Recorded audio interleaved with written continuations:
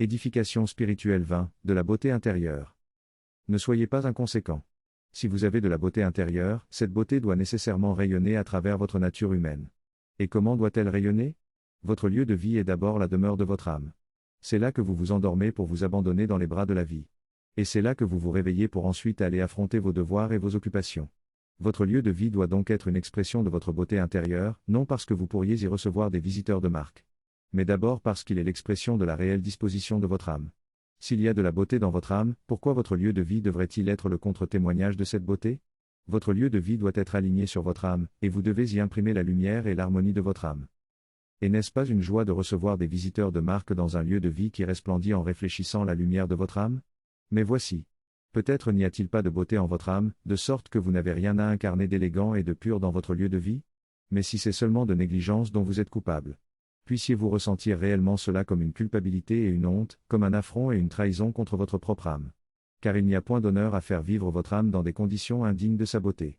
Et il n'y a point de respect dans le fait de faire entrer chez vous un visiteur que vous croyez respecter, mais que vous faites asseoir dans un lieu où votre propre âme se désole chaque jour. Et que dire de votre complexion humaine elle-même? Il n'est point question de traits du visage et de proportions du corps.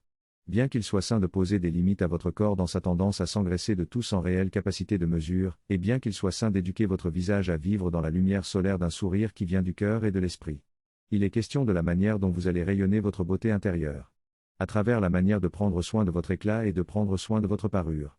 Et à travers la manière de sculpter vos comportements et vos attitudes envers les autres et envers vous-même. Si vous avez de la beauté intérieure, elle doit se manifester dans le choix de vos mots et dans le choix de vos actes, dans la chaleur de votre humeur et dans l'humilité de votre humour. En sachant prendre de la hauteur et du recul par rapport aux choses. En sachant tenir compte de la bonne intention de l'autre derrière sa maladresse éventuelle, en sachant pardonner sans condition à celui qui n'est coupable que de la seule maladresse humaine. Et en sachant vous montrer sévère et tranchant devant la mauvaise foi et la négligence coupable. Vous tracez des chemins afin que la beauté de votre esprit se fraye un chemin vers le rayonnement. La sévérité et l'exigence ne sont belles que lorsqu'elles s'accompagnent d'une grande générosité et d'une grande affection. Et un visage dur ne reste beau que s'il exprime la nécessaire rigueur qui sied pour signifier à l'immaturité qu'il ne sera pas toléré qu'elle aille plus loin. Vous vous déformez et vous vous avilissez quand vous vous laissez aller à la négligence. Quand vous confondez la négligence avec la simplicité. La simplicité, ce n'est pas négliger votre lieu de vie et votre complexion humaine.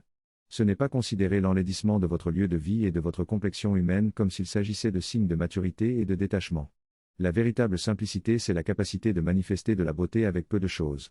Et c'est la capacité de manifester de l'élégance et de la grâce avec peu de choses. C'est une grande intelligence de la beauté, qui permet de la rayonner avec 3 fois rien. Juste un peu d'eau claire et 2 traits dans les airs. Quant au véritable détachement, ce n'est pas se complaire dans le fait de laisser les choses se dégrader. Et ce n'est pas s'adapter à l'enlaidissement. Le véritable détachement, c'est quand, après avoir mis un trésor d'intelligence et d'effort pour incarner la beauté, vous ne vous inquiétez pas de savoir qui y est sensible ou non.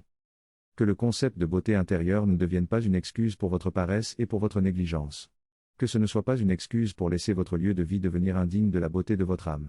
Que ce ne soit pas une excuse pour laisser votre complexion humaine devenir un témoignage vivant du laisser-aller et du manque de goût.